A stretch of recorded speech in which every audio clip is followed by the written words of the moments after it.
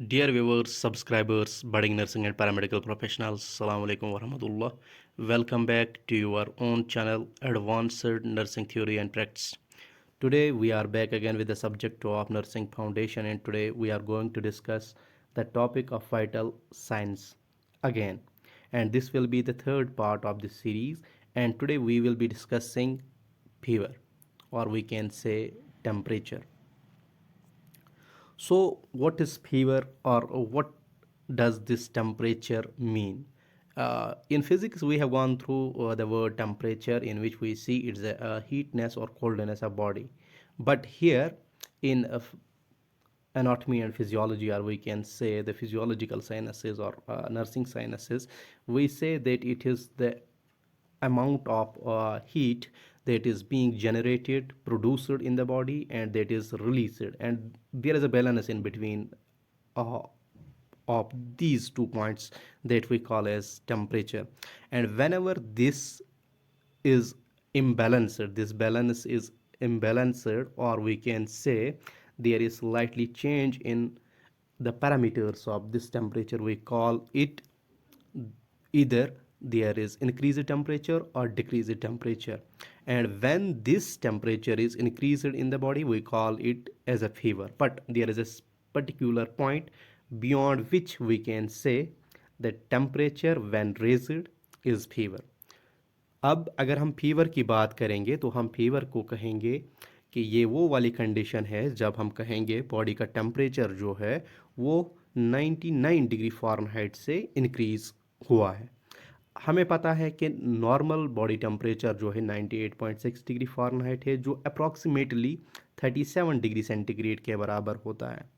तो अगर यहाँ तक हमारा टेम्परेचर ठीक रहा या ठीक होगा तो हम कहेंगे ये नॉर्मल बॉडी टेम्परेचर है, और जो ही ये बढ़ने लगा 98.6 डिग्री से, तो हम कह सकते हैं कि फीवर होने के चांसेस बढ़ सकते हैं।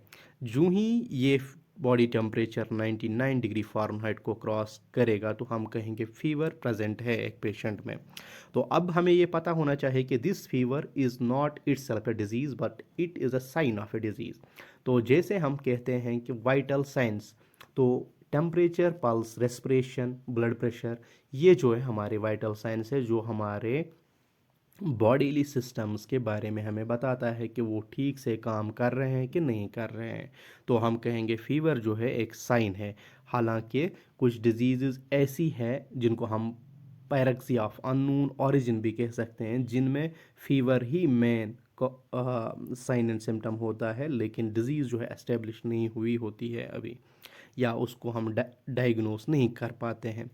तो फीवर जो है ये हमारी बॉडी में एक प्रोटेक्टिव फंक्शन भी रखता है, क्योंकि जब टेम्परेचर बढ़ने लगता है तो ये जो है माइक्रो ऑर्गेनिज्म्स को कंट्रोल करने की कोशिश करता है। या हमें पता चलता है कि जो हमारी बॉडी है ये लड़ने वाली होती है या लड़ रही होती है माइक्रो ऑर्गेनिज्म से, चाहे वो वायरसेस हो या बैक्टीरिया हो। तो इससे हमें अंदाज़ा लगता है कि micro organisms have invaded our body. इसके बाद हम देखते हैं what are the various phase of fever. अब हम सादा लफ्ज़ों में हम कहेंगे क्या क्या फेज़ हो सकते हैं एक फीवर में, एक पैरेक्सिया में। तो नंबर फर्स्ट जो है हमारा ऑनसेट होता है, जब टेम्परेचर थोड़ा थोड़ा करके बढ़ने लगता है तो हम कहते हैं इसे ये ऑनसेट है। उसके बाद हम कहते हैं स्टेडियम, तो वो वाला पीरियड जब बॉडी टेम्परेचर जो है एक मैक्सिमम पीक पे आ जाएगा और फिर कांस्टेंट रहेगा, यानी कि ना नीचे जाएगा ना ऊपर जाएगा, तो इसको हम कहेंगे स्टेडियम। तो यहाँ पे जो है ये हम नेक्स्ट फेज़ कहेंगे। तो यहाँ पे जो एक्चुअली जो है टेम्परेचर रेज हुआ होता है और वो कंस्टेंटली उसी टेम्परेचर पे होता है, और यहाँ पे हम कहते हैं को डिफरेंट फॉर्म्स ऑफ फीवर जो है या टाइप्स ऑफ फीवर, हम इस स्टेडियम या इस फेज़ पे हम कह सकते हैं कौन सा टाइप फीवर का है, डिपेंडिंग अपॉन इट्स फ्लक्चुएशन। उसके बाद हमारा नेक्स्ट फेज़ आता है डेक्लाइन, जब फीवर एक स्टेडियम, एक पीक पे रह के, कंस्टेंटली रह के फिर नीचे आना शुरू हो जाता है ड्यू टू आवर इंटरवेंशंस, तो हम कहेंगे ये डिक्लाइन होगा या डिक्लाइन फेज़ होगा फीवर का। तो इसके बाद हम कहेंगे what are the various signs and symptoms of fever. अब हमें कैसे पता चलेगा कि फीवर है एक पेशेंट में। तो नंबर फर्स्ट जो है हम देख पाते हैं इन पेशेंट्स में या इन जो पर्सनस होते हैं जिनमें ये फीवर होता है, नंबर फर्स्ट हम देखते हैं कि इनमें स्वेटिंग होती है, उनमें चिल्स होते हैं, शिवरिंग होती है, हेडेक होता है, मायल्जिया होता है, जो मसल एक्स होते हैं, इनमें जो है भूख नहीं लगती, तो लॉस ऑफ एपिटाइट हो जाता है, इरिटेबल बन जाते हैं, डिहाइड्रेशन हो जाती है इनकी और वीकनेस आ जाती है। तो ये जो है हम कहेंगे साइंस एंड सिम्टम्स फीवर के। हालांकि ये खुद भी एक साइन है, तो इसके भी साइंस एंड सिम्टम्स या रिलेटेड इश्यूज जो है वो ये हो सकते हैं। इसके बाद हम कहते हैं कि बहुत सारे टाइप्स हैं फीवर के जो हमें देखने हैं। नंबर फर्स्ट हम कहते हैं कंटिन्यूस फीवर। अब ये वो वाला टेम्प हम कहेंगे फीवर है जिसमें टेम्परेचर जो है वेरी नहीं करता 2 डिग्री से ज़्यादा सुबह या शाम, या यानी कि अगर हम सुबह और शाम को देखें कि टेम्परेचर कितना है एक पर्सन का, वो 2 डिग्री फ़ारेनहाइट से ज़्यादा चेंज नहीं करेगा। तो यहाँ जो है हम देखते हैं कि जब हम 2 3 4 दिन पे ये कंटिन्यूसली मॉनिटर करते हैं टेम्परेचर, तो हम देखते हैं कि ये ज़्यादा वेरी जो है नहीं करता और कंटिन्यूसली ये फीवर प्रेजेंट होता है। उसके बाद हमारा और एक टाइप है रेमिनेंट फीवर। उसके बाद रिमिटेंट फीवर क्या है? ये वो वाला फीवर है जिसमें टेम्परेचर जो है वेरी करता है 2 डिग्री से ज़्यादा सुबह और मॉर्निंग और इवनिंग में। तो हम कहेंगे ये फीवर जो है प्रेजेंट होता है, लेकिन कभी कम होता है और कभी ज़्यादा होता है, तो हम कहेंगे ये फीवर प्रेजेंट होता है। इसके बाद इंटरमिटेंट फीवर हमारे पास होता है। इंटरमिटेंट फीवर जो है हम कहेंगे टेम्परेचर जो है रेज करेगा एक पर्सन में from normal to high fever. उसके बाद ये फिर से बैक नॉर्मल हो जाएगा और उसके बाद कुछ घंटों के बाद, कुछ दिनों के बाद फिर से ये फीवर चढ़ेगा और फिर से उसी पीक पे आ जाएगा और फिर से फॉल करेगा। तो हम कहेंगे इंटरमिटेंट। जब बीच बीच में ये फीवर होता होगा इस पेशेंट को, तो इसको हम कहेंगे इंटरमिटेंट फीवर। अब इसके बाद इन्वर्स फीवर। अब इसमें क्या होता है इन्वर्स फीवर में? हाईएस्ट रेंज ऑफ टेम्परेचर जो है हम रिकॉर्ड कर पाते हैं मॉर्निंग में और लोवेस्ट हम जो है इवनिंग में रिकॉर्ड करते हैं। तो इसको हम इन्वर्स फीवर कहते हैं। सिंपली हम कहेंगे here the temperature gets increased in the morning sessions and in the evening sessions it falls to the normal level. उसके बाद हम कहते हैं स्विंग फीवर जो है। स्विंग फीवर में हमारे पास क्या होता है कि पेशेंट में जो है टेम्परेचर इंक्रीज करता है और उसके बाद फॉल करता है टू लोअर लेवल्स, यानी कि हाई और लो टेम्परेचर के दरमियान जो गैप होती है वो ज़्यादा होती है। तो इसको हम कहते हैं स्विंग फीवर। तो उसके बाद हमारे पास रिलैप्सिंग फीवर होता है। अब रिलैप्सिंग फीवर में क्या है? जो बार बार आए, जो एक से ज़्यादा देर में एक से ज़्यादा सेशंस में आए। तो यहाँ पे क्या होता है कि फेब्राइल पीरियड जो है उसके बाद एक नॉर्मल पीरियड आता है, उसके बाद फिर से फेब्राइल पीरियड आता है। तो इसको हम कहते हैं रिलैप्सिंग फीवर, यानी कि ये जाने का नाम नहीं लेता, ये बार बार वापस ही आता है।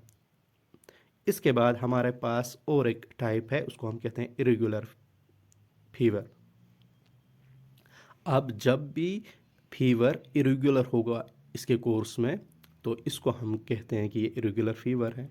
उसके बाद रिगर। अब शिवरिंग अगर स्टार्ट होगी फीवर के साथ और बॉडी टेम्परेचर जो है 103 104 तक चला जाएगा, तो इसकी वजह से शिवरिंग और रिगर्स होने के चांसेस बढ़ जाते हैं। तो इसको हम कहते हैं रिगर टेम्परेचर या रिगर सिंपली। तो इसके बाद हमारे पास है लो पायरेक्सिया। जब लोअर ग्रेड्स ऑफ फीवर हमारे पास होंगे एक पेशेंट में, इसको हम लो पायरेक्सिया कहते हैं। पायरेक्सिया हम फीवर के लिए दूसरा वर्ड इस्तेमाल करते हैं। तो इसमें temperature 99 degree to 100 degree Fahrenheit के बीच में होता है। अब हमारे पास और एक टर्म है हाइपर पायरेक्सिया। हाइपर पायरेक्सिया में हम कहते हैं body temperature usually 104 degree Fahrenheit से ऊपर चला जाता है और उस कंडीशन में सीजर्स होने के चांसेस भी बढ़ जाते हैं। तो उसको कंट्रोल करना हमारे लिए बहुत ज़रूरी हो जाता है। अब मॉडरेट फीवर है हमारे पास। इसके बाद मॉडरेट फीवर हमारे पास 100 से लेकर 103 डिग्री फ़ारेनहाइट तक कहते हैं। हाइपरक्सिया 103 डिग्री फ़ारेनहाइट से 105 डिग्री फ़ारेनहाइट तक, और हाइपरपायरेक्सिया हम कहते हैं ये 105 डिग्री फ़ारेनहाइट से अबव है। जो हमने अभी बोला था कि 104 से अप्रॉक्सीमेटली हम इसको हाइपरपायरेक्सिया कहते हैं, जिसको हमें कंट्रोल करने की ज़रूरत होती है। इसके बाद हाइपरथर्मिया, यूजुअली 105 डिग्री फ़ारेनहाइट। इसमें हमारी जो है हीट स्ट्रोक्स वगैरह के इंक्लूजन का भी हमें ख्याल रखना होता है। और हाइपोथर्मिया जब 95 डिग्री फ़ारेनहाइट से हमारा body temperature due to climatic conditions और due to other reasons fall करेगा, तो हम इसको हाइपोथर्मिया कहेंगे। तो टेम्परेचर इंक्रीज़ या डिक्रीज़ भी हो सकता है, तो उसके डिपेंड पे हम यहाँ पे बात करते हैं इन केस ऑफ थर्मिया। Thank you very much for being with us. आपका बहुत शुक्रिया, आपने ये लेक्चर जो है टेम्परेचर और फीवर का सुना।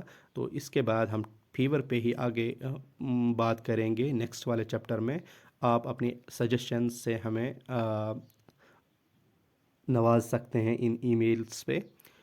तो आपका हमारे साथ बने रहने के लिए बहुत बहुत शुक्रिया। Hope you will subscribe, share and support the channel. Thank you very much.